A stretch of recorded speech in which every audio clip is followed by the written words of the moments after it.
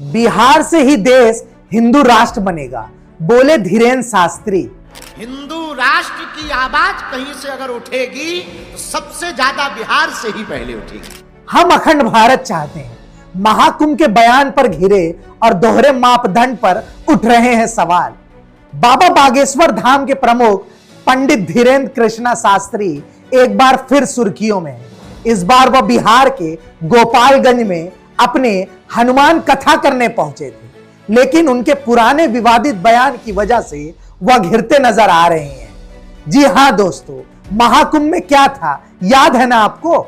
ये बाबा धीरेन्द्र शास्त्री ने क्या कहा था? मृत्यु सबकी आनी है, एक दिन मरना सबको है, और कोई गंगा के किनारे मरेगा तो वो मरेगा नहीं, मोक्ष। हाल में ही प्रयागराज महाकुंभ 2025 में मची भगदड़ में कई लोग की मौत हो गई।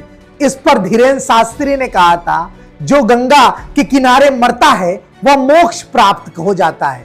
इस बयान के बाद कई लोग ने उन पर सवाल खड़ा कर दिया। आम जनता ने भी उनकी जमकर आलोचना की।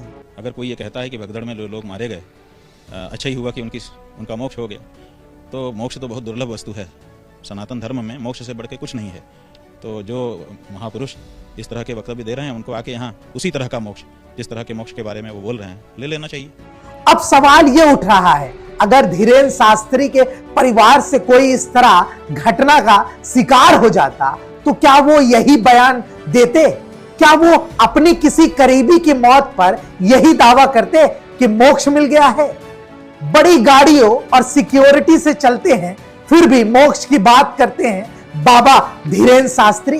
धीरेन्द्र शास्त्री हमेशा लग्जरी गाड़ी, कड़ी सुरक्षा, बड़े आयोजन में नजर आते हैं। यदि वह मोक्ष की बात करते हैं तो फिर वह खुद दुनियावी सुख सुविधा को क्यों नहीं छोड़ते?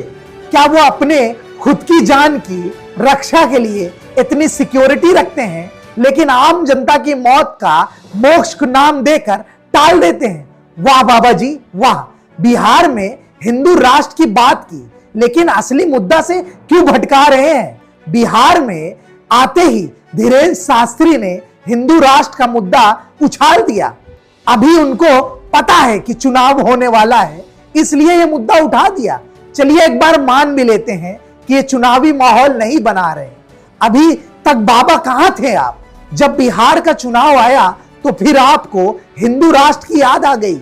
इससे पहले आपने बिहार से क्यों नहीं कहा कि हम हिंदू राष्ट्र बनाना चाहते हैं? चलिए आपको बताते हैं बाबा ने बिहार में क्या कहा। बाबा यहां तक नहीं रुके, उन्होंने कहा हिंदू राष्ट्र बिहार से उठेगी। लेकिन क्या उन्होंने बिहार की असली समस्याओं पर ध्यान दिया? असली समस्याओं पर बात की? क्या उन्होंने बेरोजगारी, महंगाई, भ्रष्टाचार पर कोई सवाल किया? क्या उन्होंने बताया कि बिहार में युवाओं को रोजगार कौन देगा? क्या वो बिहार के गरीब की मदद कैसे करेंगे? बाबा ने इन सब पर बात किया? नहीं, बाबा ने तो बस हिंदू राष्ट्र बनाने की ठान ली है और वो बिहार से ही बोलेंगे। क्यों बोलेंगे? क्योंकि बिहार में होने वाला है चुनाव, इसलिए बाबा पहुंच गए हैं बिहार। राजनीतिक दल की अलग अलग प्रतिक्रिया सामने आ गई है। आरजेडी नेता ने इस बयान पर कड़ी प्रतिक्रिया दी है। इनके टुच्चे बाबा लोग हैं, ये लोग फ्रॉड नटवर लाल है। ये जो एक जिसको बंदर की तरह मार्केटिंग करने के लिए नेता जाते हैं, उनको भी बिहार घुमा रहे हैं। पार्टी नेता संजय यादव और चंद्रशेखर ने कहा है, धीरेन्द्र शास्त्री जैसे लोग फिर राजनीतिक चमकाने के लिए हिंदू मुसलमान की बात करते हैं। जेडीयू ने भी कहा कि बिहार में ऐसे भड़काऊ भाषण की जरूरत नहीं है। यहां तक बीजेपी के कुछ नेता ने उनके बयान को असहज महसूस करते हुए कहा है कि वह धर्म के नाम पर राजनीति करने की कोशिश कर रहे हैं। अब बताइए, जब इस तरह जेडीयू आरजेडी उनके खिलाफ बोल रही है, तब बाबा जी इस पर कुछ बोलेंगे? धीरेन्द्र शास्त्री का असली मनसा क्या है?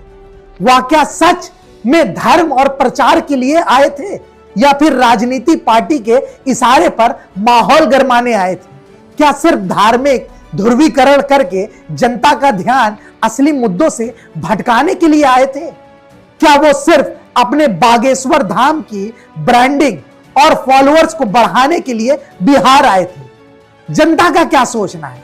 धीरेन्द्र शास्त्री जिस तरह महाकुंभ में मौतों को मोक्ष बताकर टाल देते हैं और खुद की लग्जरी गाड़ी से घूमते नजर आते हैं, उसकी असलियत साफ हो रही है।